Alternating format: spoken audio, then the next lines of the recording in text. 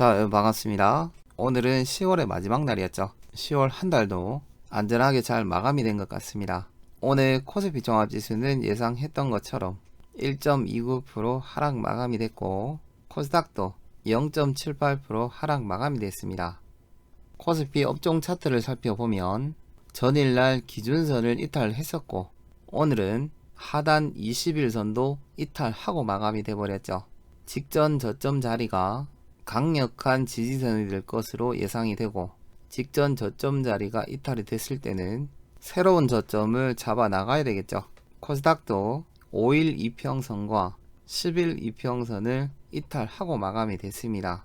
삼성전자도 1.27% 하락 마감이 됐고, 일봉상 단기 이평선들을 전부 다 이탈하고 마감이 돼버렸습니다. 삼성전자의 수급을 살펴보더라도 외국인과 기관들이 양매도로 대응을 하고 있습니다. 특히 외국인들은 최근 한 달 동안 4거래일을 제외하고는 계속해서 매도로 대응을 하고 있죠. 개인들이 너무 많은 매수를 하고 있습니다.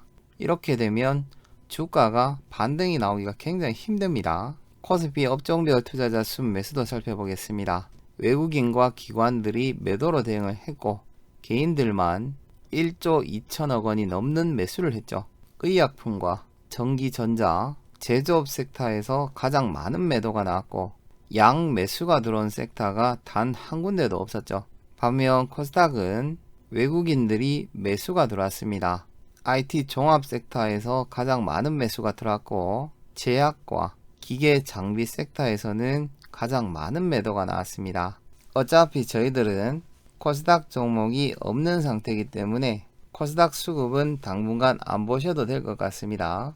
오늘 국내 신규 확진자는 2124명이 발생이 됐습니다. 저녁 6시 40분까지 전세계 신규 확진자도 39만 명을 넘어서고 있고, 정부에서는 11월부터 다중 이용시설에 대한 24시간 영업이 가능하다라는 발표가 나왔습니다. 머크사의 먹는 코로나 치료제가 저소득 국가에서 복제가 가능하다라고 허용을 해줬죠. 그로 인한 셀트리온 관련주들이 큰 폭으로 하락 마감이 됐습니다. 엘살바도르에서 비트코인 대거 매입을 한다라는 소식에 3.77% 반등이 나왔죠.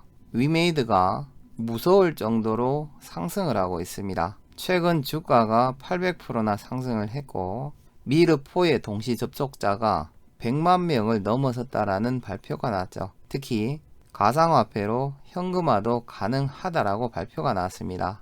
오징어 게임 가상화폐도 2400% 급등했다라는 발표가 있었죠. 국내 가상화폐 관련주 중 비덴트가 대장주 역할을 했었고, 다음 주 신규 가상화폐 관련주들을 주의 깊게 보셔야 될 것 같습니다. 에이티넘 인베스트와 대성창투, 갤럭시아 머니트리, 갤럭시아 SM 정도가 될 것으로 예상이 됩니다. 중국 정부 생산 통제에 알루미늄 가격이 13년 만에 최고치를 경신을 했습니다. D램 가격이 올 들어 처음으로 하락을 했다라는 발표가 나왔죠.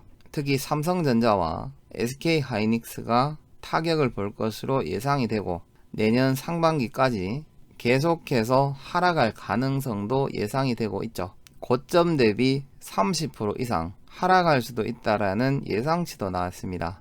흥다그룹은 오늘 달러채 이자 지급을 완료를 했고, 디폴트는 넘겼지만 당장 다음 달 11일까지 상환을 해야 되는 이자가 1억 4,800만 달러고, 올해 말까지만 보더라도 4억 8,500만 달러를 상환을 해야 됩니다. 내년에도 28억 달러의 이자가 남아있죠. 미국 SES의 차세대 배터리 개발로 한송네오텍이 오늘 상한가를 갔습니다. SES는 내달 3일 리튬 메탈 배터리를 공개할 예정인데, 국내 기업 중 EM플러스는 리튬 메탈 음극전지 소재와 고체 전해질 핵심 소재에 대해서 국내에서는 특허 출원을 완료한 업체입니다. 오늘 오후장 기준으로 11월 1일 가장 강력한 테마주는 EM플러스가 될 것으로 예상이 됩니다. 상하이 종합지수는 0.82% 상승 마감이 됐죠. 오늘 국내 산업 생산 지표는 굉장히 안 좋게 나왔습니다. 야간에는 특별한 지표는 없고 현재 시각이 7시 15분을 지나고 있는데 미국 선물지수와 독일을 포함한 유럽 주요 국가들은 대체적으로 하락 출발을 하고 있습니다. 전일날 특징 종목 있었죠.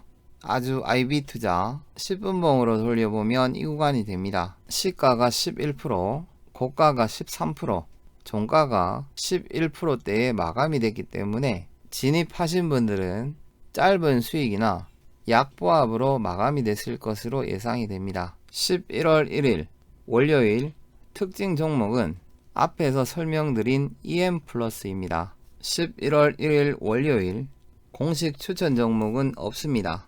오늘 야간 미국장과 월요일날 시장 상황을 확인을 하고 한 종목을 추가 편입을 할지 결정을 하도록 하겠습니다.